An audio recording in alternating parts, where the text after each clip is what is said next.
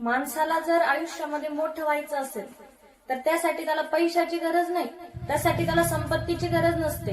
तर माणसाला जर आयुष्यामध्ये मोठं व्हायचं असेल, परमपदाला जर जायचं असेल, तर त्यासाठी एकच गोष्ट माणसाच्या आयुष्यामध्ये असावी लागते, ती म्हणजे आपल्या आयुष्यामध्ये गुरुकृपा असायला पाहिजे. कारण जर आपल्याला परमपदाची प्राप्ती करायची, भगवंतापर्यंत पोहोचायचं आहे, आपल्या कशा प्रकारे आपण पोहोचल्या जाऊ, तर त्यासाठी आपल्याला श्री गुरूंची भक्ती करणे, श्री गुरूंची सेवा करणे गरजेचं आहे. कारण पहा, एखादा जर लाईनीचा खांब असला, एखादा जर लाईनीचा खांब असला आणि त्या लाईनीच्या खांबाला जर एखादा व्यक्ती चिकटलेला असला, एखादा व्यक्ती जर त्या लाईनीच्या खांबाला जर चिटकला आणि आपल्याला जर त्या लाईनीच्या खांबाला जर चिटकायचं असेल, तर मला सांगा, तुम्हाला डायरेक्ट खांब धरावा लागणार आहे का? नाही. तुम्ही जर त्या व्यक्तीला स्पर्श जरी केला, का त्या व्यक्तीला हात जरी लावला, तरी तुम्ही त्या लाईनीच्या खांबापर्यंत ऑटोमॅटिक पोहोचल्या जाणार आहे.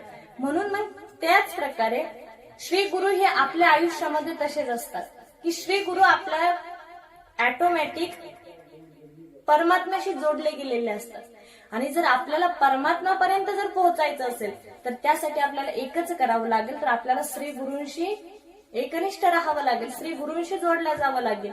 आणि ज्या वेळेस आपण आपल्या श्री गुरूंशी जोडल्या जाऊ, तेव्हा आपण निश्चितच कुठे जाणार आहे, तर परमात्म्यापर्यंत, परमपदाला आपण प्राप्त होणार आहे.